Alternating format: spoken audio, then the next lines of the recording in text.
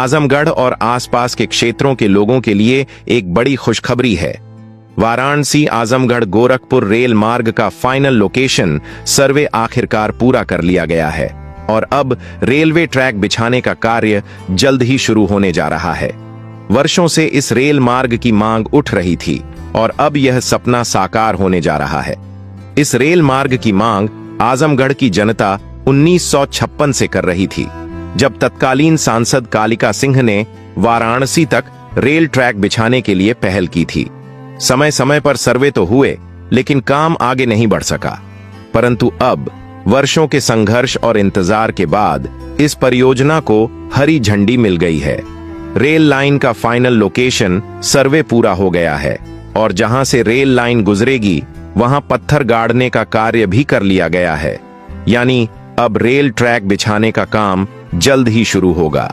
इस रेल मार्ग के निर्माण से आजमगढ़ समेत पूरे क्षेत्र के औद्योगिक विकास को नई रफ्तार मिलेगी।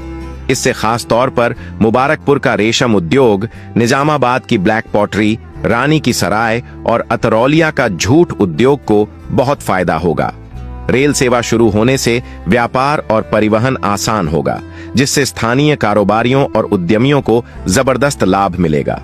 यह रेल लाइन औड़िहार से शुरू होकर निम्नलिखित प्रमुख स्टेशनों से होकर गुजरेगी।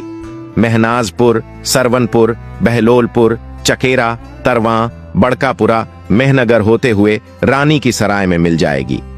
दोहरी घाट से लाट घाट, जियनपुर, मुबारकपुर और आसपास के गांवों में रेलवे ने अपने पिलर गाड़ दिए हैं। यह रेल मार्ग गोरखपुर के सहजनवा रेलखंड से जुड़ेगा, जिससे इस क्षेत्र के लोगों को पूर्वी उत्तर प्रदेश और बिहार तक बेहतर कनेक्टिविटी मिलेगी। इस बड़ी खुशखबरी के बीच लालगंज के लोगों के लिए एक निराशाजनक खबर भी है।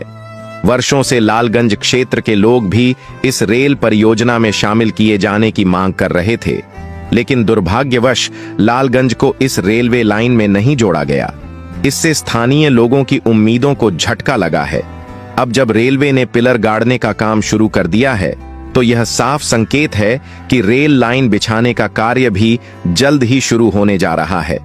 आने वाले कुछ वर्षों में यह रेल मार्ग क्षेत्र की तस्वीर बदल देगा और लोगों को आवागमन की बेहतर सुविधा मिलेगी। इस ऐतिहासिक परियोजना से आजमगढ़, मऊ और गोरखपुर के लोगों को बड़ी राहत मिलेगी और यह क्षेत्र विकास की नई ऊंचाइयों को छुएगा।